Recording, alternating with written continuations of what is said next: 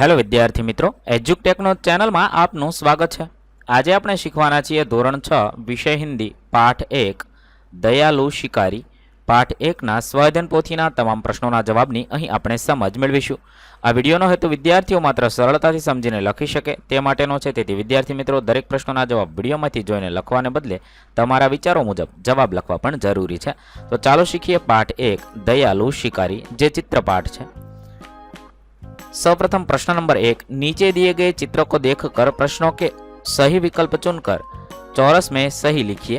अहींया एक चित्र वार्ता आपेली छे, ते जोवानी छे, समजवानी छे। तेना आधारे नीचे आपेला विकल्पना जवाब लखवाना छे। 1, शिकारी की गोली हिरनी को कहाँ लगी? जवाब थशे टांग पर लगी। 2, दयालु शिकारी चित्र वार्ता किस मूल्य पर आधारित छे? तो जवाब थशे पशु प्रेम। 3, दिल पसीज जाना मुहावरे का सही अर्थ होता है दया आना। 4, शिकारी को पछतावा क्यों होता है? साचो जवाब थशे हिरनी की आंखों में आंसू देखकर। 5, इसमें से कौन सा प्राणी जंगली नहीं है? जवाब थशे गाय, ते जंगली नहीं। 6, शिकारी को क्यों संतोष हुआ? जवाब थशे हिरनी और शावक को खुश देखकर शिकारी को संतोष हुआ। 7, दयालु शब्द का विलोम शब्द क्या होगा? तो निर्दयी। 8, शिकारी क्यों शिकार करता होगा? क्योंकि उसका व्यवसाय था, इसलिए वह शिकार करता होगा। त्यारबाद प्रश्न नंबर 2, निम्नलिखित प्रश्नों के उत्तर लिखिए। 1, शिकारी जंगल में क्यों जाता है? शिकारी का व्यवसाय शिकार करना था, इसीलिए शिकार करने के लिए शिकारी जंगल में जाता है। 2, हिरनी की आंखों में आंसू क्यों थे? शिकारी की गोली हिरनी की टांग में लगी थी, इसलिए उसे दर्द हो रहा था। साथ ही उसने एक बच्चे को जन्म दिया था, उसकी भी उसे चिंता थी, इसलिए हिरनी की आंखों में आंसू थे। 3, शिकारी अपने साथ क्या क्या लाया होगा? क्यों? शिकारी अपने साथ बंदूक शिकार करने के लिए लाया था। शिकारी ने धूप से बचने के लिए सिर पर टोपी भी पहनी थी। 4, जंगल के प्राणी क्या क्या खाते होंगे? जो प्राणी शाकाहारी है वे सब घास, पेड़ की पत्तियां और अन्य चारा खाते हैं। मांसाहारी प्राणी अन्य प्राणियों का शिकार करके उन्हें खा जाते हैं। 5, हमें पशुओं और पक्षियों के प्रति कैसा भाव रखना चाहिए? क्यों? हमें पशुओं और पक्षियों प्रति अच्छा व्यवहार रखना चाहिए, क्योंकि उन्हें भी हमारी तरह अच्छे से रहने का अधिकार है, इसलिए हमें उनके प्रति अच्छा भाव रखना चाहिए। प्रश्न नंबर 3, नीचे दिए गए वाक्य सही या गलत लिखिए। 1, शिकारी शावक को अस्पताल ले गया, तो ए सही एटले के सारू छे। बीजू छे शिकारी जंगल में शिकार करने के लिए गया, सही है। 3, अस्पताल में पुलिसकर्मी इलाज करते हैं, गलत है। 4, शावक का अर्थ बच्चा होता है, सही। 5, हिरनी की आंखों में आंसू नहीं थे, तो गलत। त्यारबाद प्रश्न नंबर 4, निम्नलिखित शब्दों को संज्ञा के प्रकार के अनुसार लिखिए। अहींया छे કેટલાક શબ્દ આપેલા છે કોષ્ટકમાં, તે સંજ્ઞાના પ્રકારને અનુસાર આપણે અલગ પાડવાના છે। વ્યક્તિવાચક સંજ્ઞા દિલ્હી, કોલકાતા, હિમાલય, ગંગા જે વ્યક્તિવાચક કહેવાય। જાતિવાચકમાં કલમ, પુસ્તક, હાથી, કુત્તા। ભાવવાચકમાં ઈમાનદારી, લડકપન, વીરતા, બુઢાપા। સમૂહવાચકમાં ભીડ, સભા, સેના, જુલુસ। દ્રવ્યવાચકમાં दूध, सोना, पानी, घी। आ रीते तमे छे अलग पाड़शो। त्यारबाद प्रश्न नंबर 5, नीचे दिए गए चित्र को ध्यानपूर्वक देखिए और उसके आधार पर 8 से 10 वाक्य लिखिए। अहींया एक बगीचाનું चित्र देखाय छे। सूर्योदयનો समय छे, बाळको रमी रह्या छे, अहींया बाळको कसरत करी रह्या छे, खिसकोली खाई रही छे, वृक्षो छे, तळाव छे, आकाशमां पंखीओ उड़े छे। आ चित्रने ध्यानपूर्वक जोवानुं छे અને તેના આધારે આપણે 8 થી 10 વાક્ય લખવાના છે। तो लखी शकाय, यह एक बगीचे का चित्र है। सुबह का समय है, आकाश में पंछी उड़ रहे हैं, 2 लड़के कसरत कर रहे हैं, एक लड़का और एक लड़की झूला झूल रहे हैं, पेड़ पर कुछ पंछी बैठे हुए हैं, एक गिलहरी कुछ खा रही है। चित्र में एक तालाब दिखाई दे रहा है, तालाब में बतखें तैर रही है। चित्र में कई पेड़ दिखाई दे रहे हैं, पेड़ पर काफी फल दिखाई दे रहे हैं। चित्र में सूर्योदय होता दिख रहा है। त्यारबाद प्रश्न नंबर 6, नीचे दिए गए चित्र को देखकर उसके आधार पर कहानी निर्माण कीजिए, योग्य शीर्षक देकर बोध दीजिए। अहींया छे આ ચિત્રને આધારે આપણે વાર્તા લખવાની છે અને તેના આધારે વાર્તાનો બોધ પણ આપવાનો છે. અહીંયા તમે જોઈ શકો છો, એક છોકરો છે એ એક પક્ષીને પકડે છે, લઈને આવે છે, પિંજરામાં રાખે છે, એને સારું કરે છે અને પછી છોડી દે છે. હવે તેના આધારે वार्ता लखी शकाय.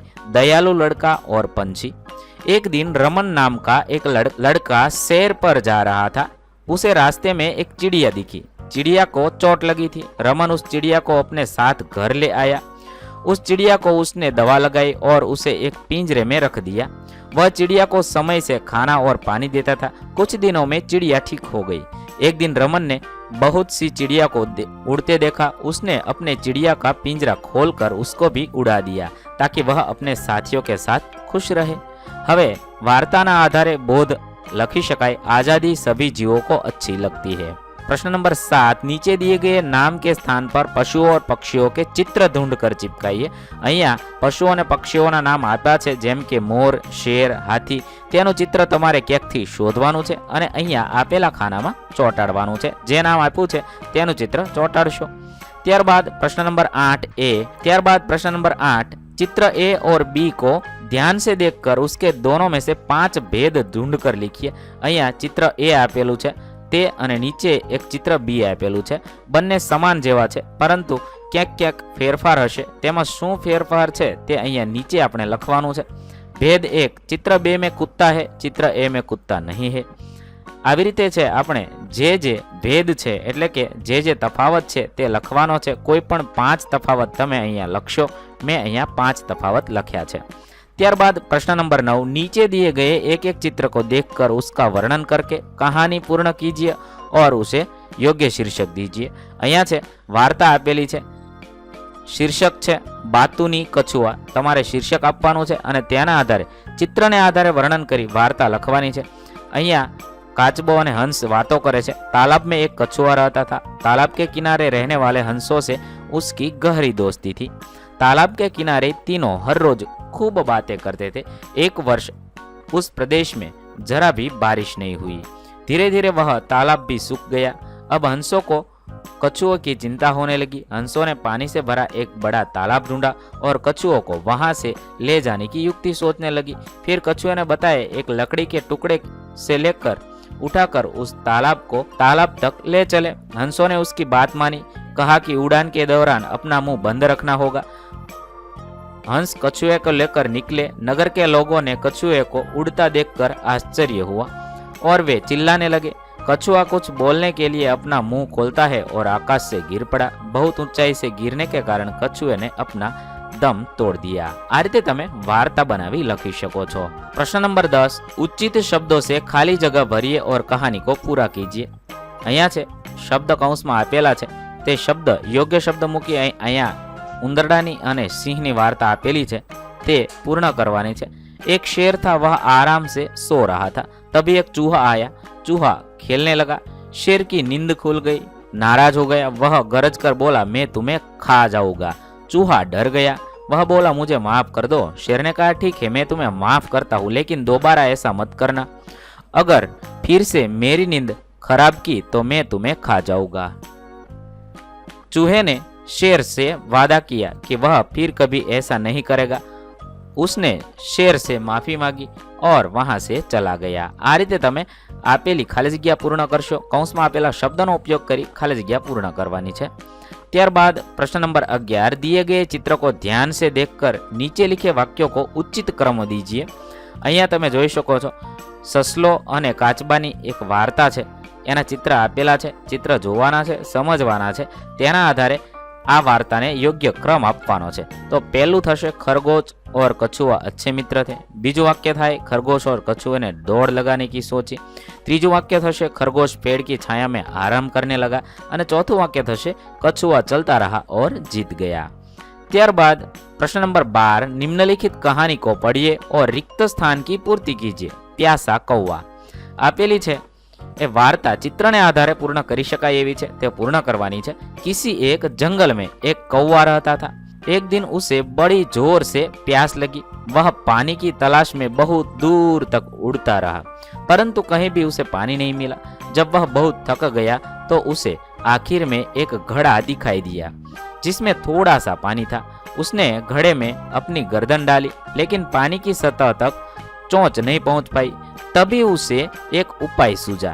कंकड़ उठाकर घड़े में डालने लगा। पानी धीरे धीरे ऊपर आने लगा। जब पानी ऊपर तक आ गया तो उसने अपनी प्यास बुझाई और उड़ गया। આ રીતે તમારે અહીંયા છે ખાલી જગ્યામાં યોગ્ય શબ્દ મૂકી વાર્તા પૂર્ણ કરવાની છે। તેના માટેના શબ્દ નીચે પણ આપેલા છે, તેમાંથી તમે આ શબ્દનો ઉપયોગ કરી વાર્તા પૂર્ણ કરશો। ત્યારબાદ પ્રશ્ન નંબર 13, નીચે दिए गए चित्र को देखकर अपने मित्र को कहानी सुनाइए।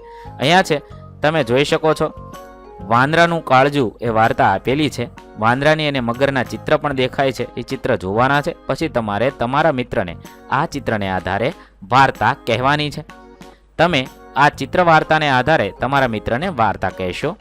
ઇતના કીજીએ એટલે કે આટલું કરવાનું છે। પંચતંત્ર અને હિતોપદેશની વાર્તાઓ છે એ કાઢવાની છે, તમારા પુસ્તકાલયમાંથી વાંચવાની છે અને તેમાંથી તમને મનપસંદ વાર્તાનું ચિત્ર દોરવાનું છે। અહીં આપણા પાઠ 1ના પ્રશ્નોના જવાબ પૂર્ણ થશે। વિદ્યાર્થી મિત્રો, ધોરણ 6ના હિન્દી વિષયના તમામ પાઠના સ્વાધ્યાયન પોથીના પ્રશ્નોના જવાબનો વિડીયો આપણી ચેનલ પર ઉપલબ્ધ છે, જે તમે ધોરણ 6 હિન્દી સ્વાધ્યાયન પોથી નામના પ્લેલિસ્ટમાંથી મેળવી શકો છો।